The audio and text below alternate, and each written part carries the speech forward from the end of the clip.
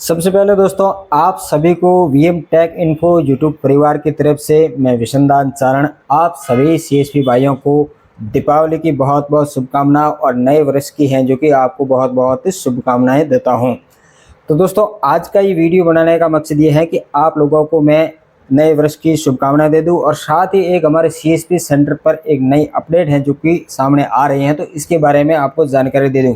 जी हाँ दोस्तों, अपडेट ये है कि जो हमारी बायोमेट्रिक डिवाइस है जो कि L0 डिवाइस बंद होने वाली थी, ताकि हम सभी को पता है कभी से हमें नई डिवाइस है जो कि परचेस करने को कहा गया था। काफ़ी सीएसपी भाइयों ने है जो कि L1 डिवाइस परचेस करके रखी है।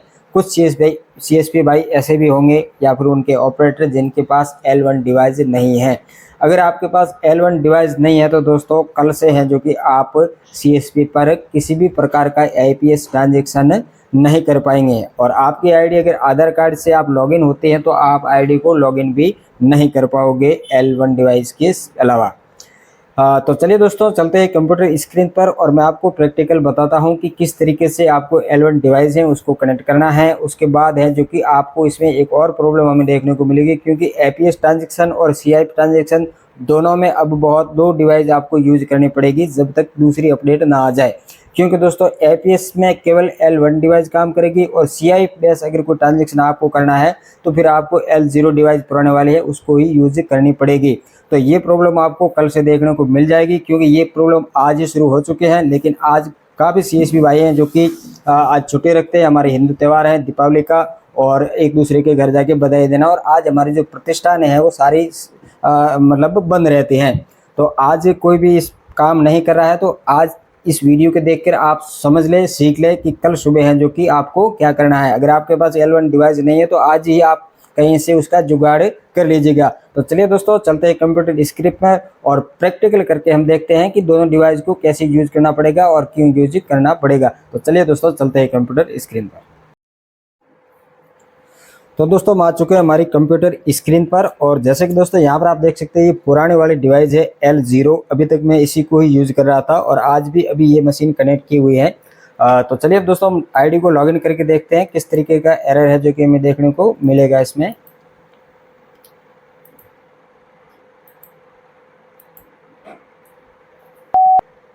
लाइट हो चुकी है, मैंने फिंगर लगा दिया। हाँ तो दोस्तों जैसे ही फिंगर लगा देंगे L0 डिवाइस के अंदर तो आपको यहाँ पर इस तरीके का एरर देखने को मिलेगा अगर आपकी आईडी आधार बेस से लॉगिन हो रही है। अदरवाइज अगर आपकी आईडी पुराना जो हमारा सिस्टम है जो हमारे फिंगर लिए हुए होते हैं हमारे बैंकिंग सिस्टम के अंदर, उससे अगर आप लॉगिन कर रहे हैं तो फिर आपकी आईडी लॉगिन हो जाएगी L0 डिवाइस से, कोई दिक्कत नहीं है, आईडी खुल जाएगी। आईडी खुलने के बाद है जो कि अगर आप उसमें आईपीएस पे जब क्लिक करेंगे तो आपको ये एरर देखने को मिलेगा। अगर आप आधार कार्ड से लॉगिन आपकी आईडी हो रही है तो आपको पहले यहाँ पर इस तरीके का एरर देखने को मिल जाएगा। क्योंकि मेरी आईडी है जो कि आधार कार्ड से लॉगिन होती है तो यहाँ पर एक एरर देखने को मिल रहा है कि transaction registered fraud L0 device please process L1 device. तो यहाँ पर बताया जा रहा है कि आपकी जो L0 डिवाइस है उससे आप ट्रांजैक्शन नहीं कर पाएंगे, आपको L1 डिवाइस है जो कि परचेस करनी पड़ेंगे। तो यहाँ पर आप देख सकते हैं दोस्तों मेरे पास L1 डिवाइस है जो कि मैंने परचेस करके रखी है। तो अब इसको मैं कर लेता हूँ डिस्कनेक्ट L0 को और L1 को यहाँ पर कनेक्ट करके हम करते हैं ट्रांजेक्शन। तो ये हमने देख सकते हैं आप L1 डिवाइस है जो कि हमने कनेक्ट कर ली है और यहाँ पर इस तरीके के मैसेज आएगा। अब इसमें दोस्तों आपको किसी प्रकार की कुछ सेटिंग वगैरह कुछ नहीं करनी है, छेड़छाड़, आपको केवल L1 डिवाइस है वो कनेक्ट कर देनी है। हाँ दोस्तों इसमें आपको ध्यान रखना है आपकी L1 डिवाइस आपने जब परचेस की है उसके बाद उस डिवाइस को आप अपनी कंपनी से जाके रजिस्ट्रेशन करवानी जरूरी होती है अपनी आईडी के साथ। अगर आपकी आईडी के साथ ये मैपिंग की हुई है तो फिर आपको कोई दूसरी सेटिंग करने की ज़रूरत नहीं है, आपको केवल इसको कनेक्ट करनी है। तो चलिए हम वापस L1 लगा के हम ट्रांजेक्शन करके देखते हैं।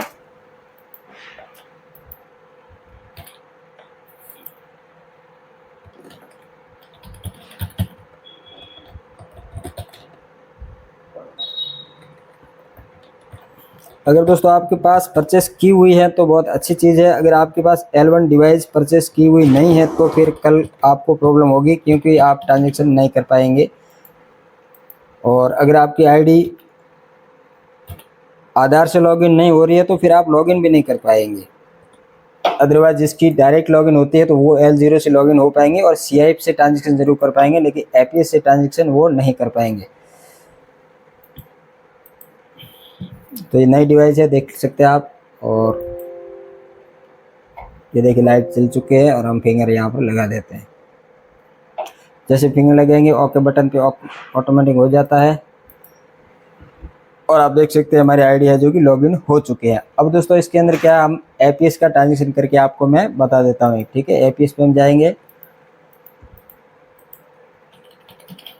लेकिन दिक्कत हमें ये होने वाली है कि अगर कोई CIF वाला जब कस्टमर आएगा तो फिर आपको ये पुराने वाले को दूर नहीं फेंकना है, पास में ही रखना पड़ेगा, क्योंकि फटाफट इसकी जरूरत पड़ेगी। CIF ट्रांजेक्शन है जो कि आपको ये पुरानी आईडी से नहीं होगा। ये देख सकते हैं आप, लाइट जल चुकी है, हम फिंगर लगाते हैं।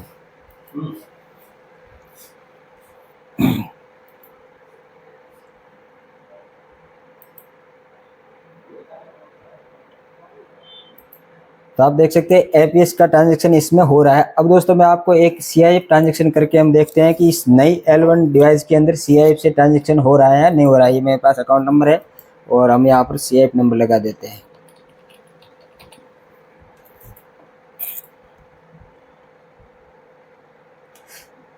इस पे भी हम बैलेंस इंक्वायरी करेंगे।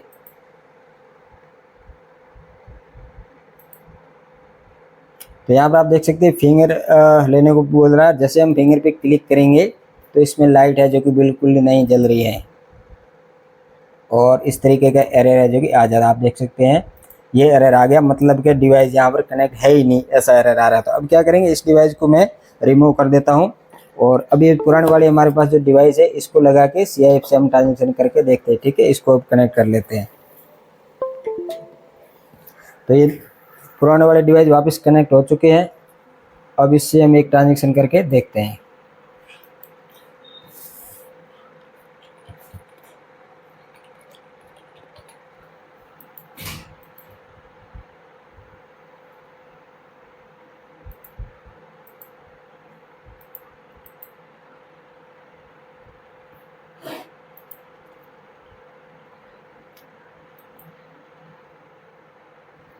तो आप देख सकते हैं इसमें लाइट जल चुकी है और हम फिंगर यहाँ पर लगा देते हैं।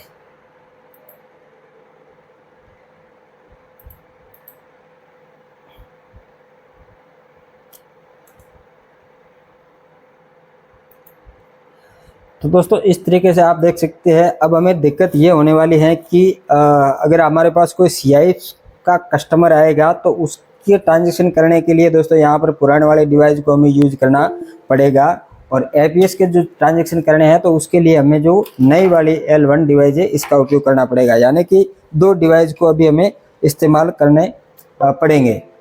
तो दोस्तों यहाँ पर जो अपडेट आ चुकी है, जो पुराने L0 डिवाइस है वो अब वर्क APS में नहीं करेंगी और नई जो L1 डिवाइस है ये CIF में वर्क नहीं करेंगे। इसका मतलब है कि 2 डिवाइस हमें यूज करनी पड़ेंगी, साथ में रखने पड़ेंगे। अगर CIF वाला कस्टमर आता है तो फिर हमें पुराने वाले लगानी पड़ेगी और जब हमारे पास नया APS का ट्रांजेक्शन करने का कोई कस्टमर आएंगे तो नई L1 डिवाइस है ये कनेक्ट करनी पड़ेंगी। तो 2 डिवाइसों का अब ये कॉम्बिनेशन है जो कि बहुत झंझट वाला काम हो जाएगा, क्योंकि बार बार प्लग से हटाने लगा नहीं। और हालांकि ऐसे है कि ज़्यादातर कस्टमर है जो कि सभी के आधार कार्ड अकाउंट के साथ लिंक है, लेकिन कुछ कस्टमर ऐसे भी हैं जिनके आधार कार्ड है जो कि खाते से लिंक नहीं है, उनका ट्रांजेक्शन केवल CIF से करना पड़ता है। तो दोस्तों उम्मीद करता हूँ ये तमाम जानकारी आपको अच्छी लगी होगी और आप सभी को एक बार फिर से दीपावली की बहुत बहुत शुभकामनाएं, नए वर्ष की बहुत बहुत शुभकामनाएं। तो चलिए दोस्तों मिलते हैं कोई अगले नई वीडियो में, तब तक के लिए जय हिंद जय भारत।